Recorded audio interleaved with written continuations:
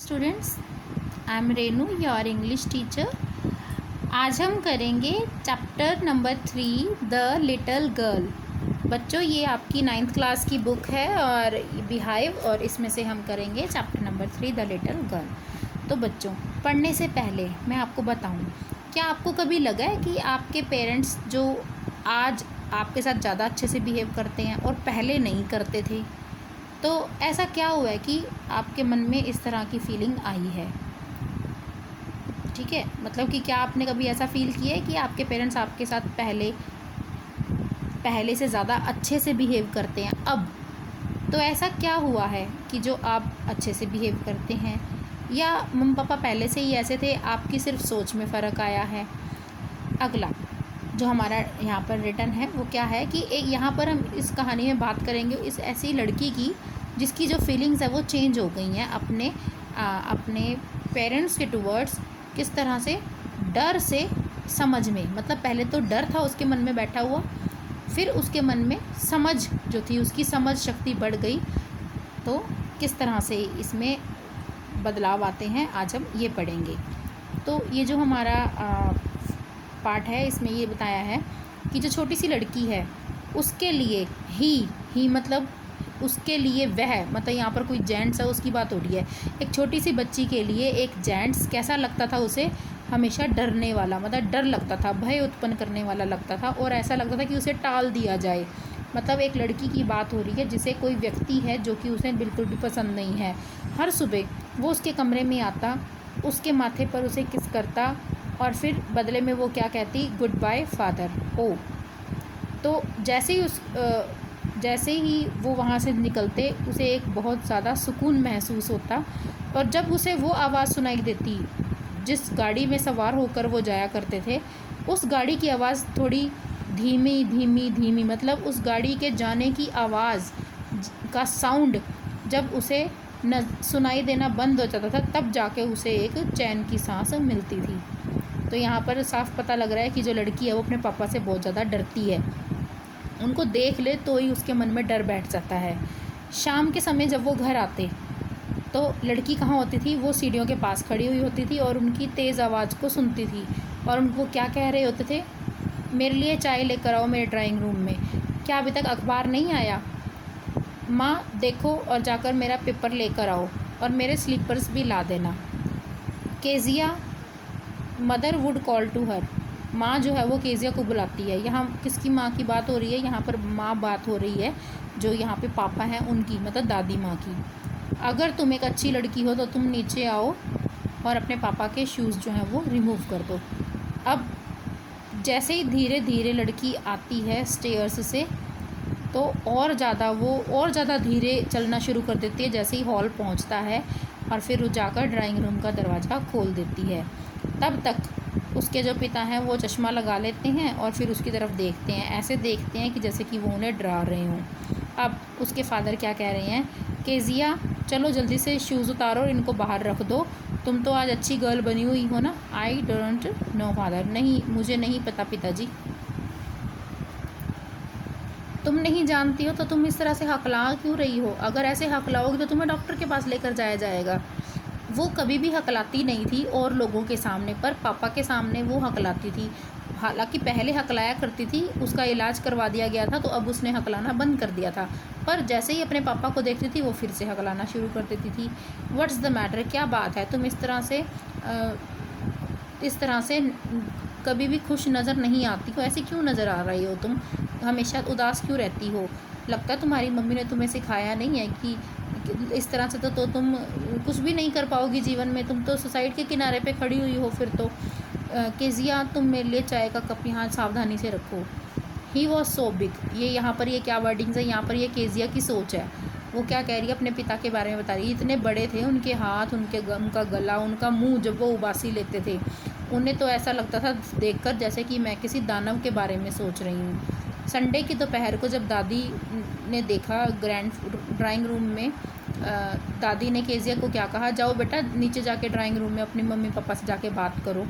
पर जैसे ही लड़की नीचे आती है वो देखती है, क्या देखती है, देख रहे हैं आप भी, मम्मी जो है वो बुक रीड कर रही है, पापा जो है वो सोफ़ा के ऊपर एक कुशन पाँव के नीचे रखा हुआ है, एक कुशन सिर के नीचे रखा हुआ है, ऊपर हैंकी रखा हुआ है, मम्मी रीडिंग कर रहे हैं। इस तरह से देखा करती थी लड़की जब भी नीचे आती थी।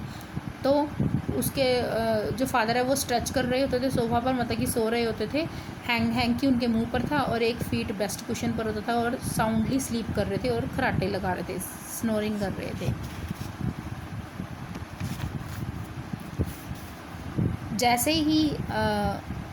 ही वो स्टूल पर बैठती है, इतने में उठ जाते हैं उसके पापा और देखते हैं, पैर फैलाते हुए से पूछते हैं कि ऐसे क्यों घूर रही हो, कहीं तुम उल्लू तो नहीं हो, ब्राउन उल्लू तो नहीं हो।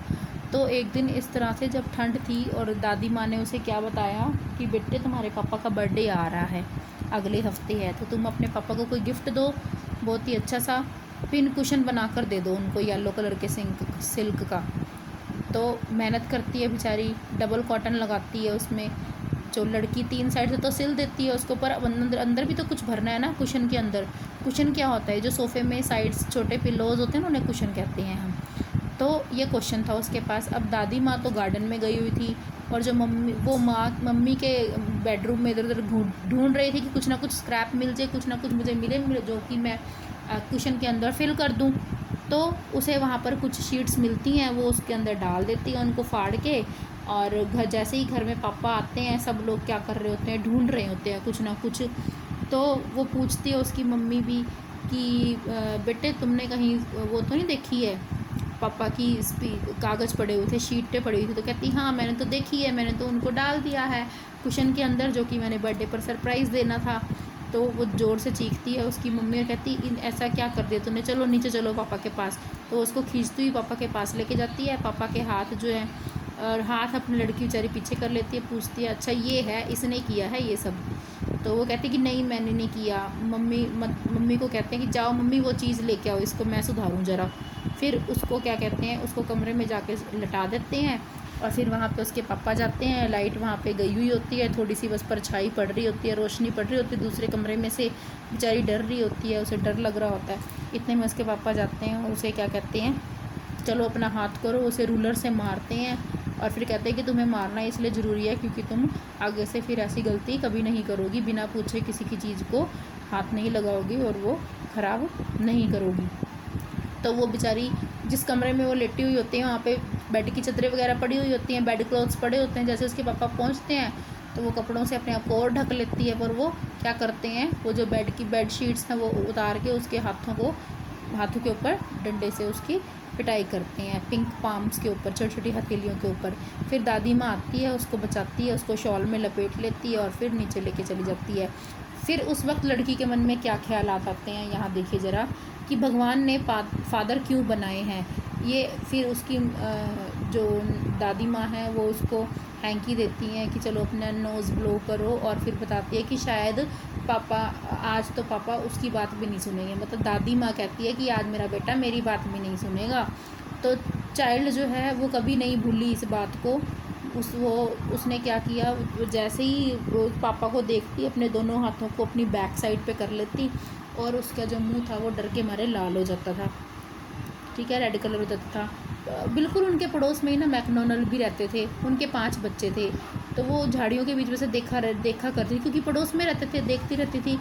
तो वो किस तरह से रहते थे, वो अपने बच्चों को शोल्डर पर बैठा के रखते थे, लड़कियां भी थी उनके, लड़के भी थे, आपस में खेला करते थे, वो टैग करना खेला करते थे, पकड़ते थे एक दूसरे को।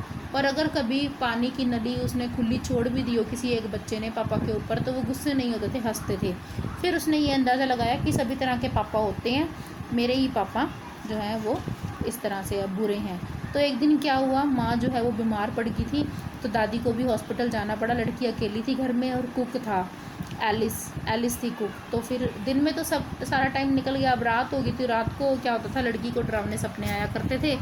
यहाँ आप देख रहे हैं, ये मिस्टर मैकडोनल्ड की फैमिली है, इनके कंधे पर माओ है, बेबी ऑन शोल्डर, ठीक है। तो 5 बच्चे थे इनके, आप काउंट कर सकते हैं। ये इस तरह से केजिया जो है झाड़ियों में से देखा करती थी, फेंस में से देखा करती थी, कैसे एक दूसरे को ये टैग वाला गेम खेल रहे हैं। तो हम बात कर रहे थे कि सब बीमार पड़ गए थे, लड़की जो है वो अकेली थी घर पे, पापा थे वैसे उसके और एलिस थी, कुक थी।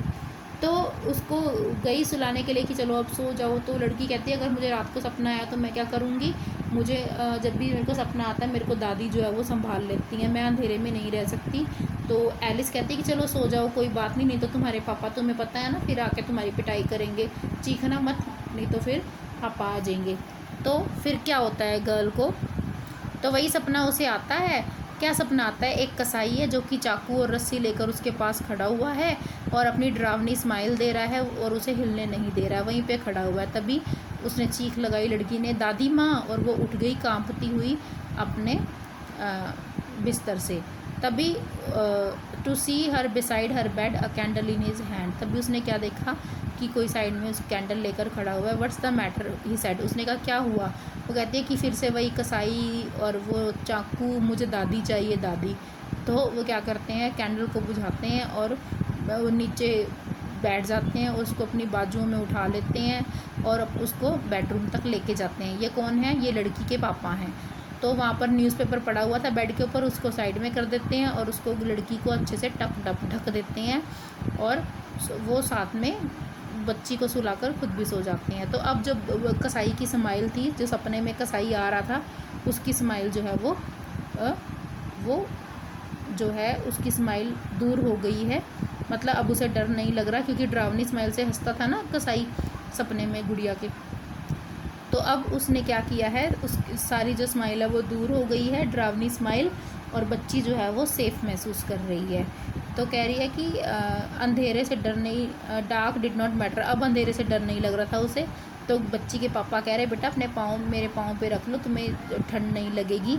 और उसके सोने से पहले वो खुद ही सो गए थे। तभी उस लड़की के मन में एक फ़नी फीलिंग आई कि मेरे जो पापा हैं वो इतने भी बड़े नहीं हैं और वो अच्छे से ध्यान दे सकते हैं सभी का। हो सकता है कि उनको हार्ड वर्क करना पड़ता हो, इसलिए वो स्ट्रिक्ट हैं, पर वो नाइस हैं और इसलिए वो थक जाते होंगे। मिस्टर मैकडोनल्ड जो हैं उन्हीं की तरह ही हैं मेरे पापा भी, पर उन्हें इस तरह से लव शो नहीं करना आता। तो फिर वो हिलती है, आह भरती है और फिर पूछते हैं उसके पापा कि क्या बात हुआ। वो तो लड़की कहती है नहीं कुछ नहीं पापा, मेरा जो सिर है ना वो आपके दिल पर है। मतलब जैसे यहाँ पे अब बेबी शोल्डर पे है, तो जब बच्चा सोता है तो वो क्या करता है, बच्चे का जो सिर है वो यहाँ पे पापा के हार्ट पर है। तो बोलती है कि नहीं, मेरा जो सिर है वो आपके हृदय पर है, तो आप मेरे हृदय में समाये हुए हो, तो आप बहुत ही अच्छे हो पापा। तो इस तरह से बताया है कि किस तरह से एक बच्चे की जो फीलिंग है वो बदल जाती है।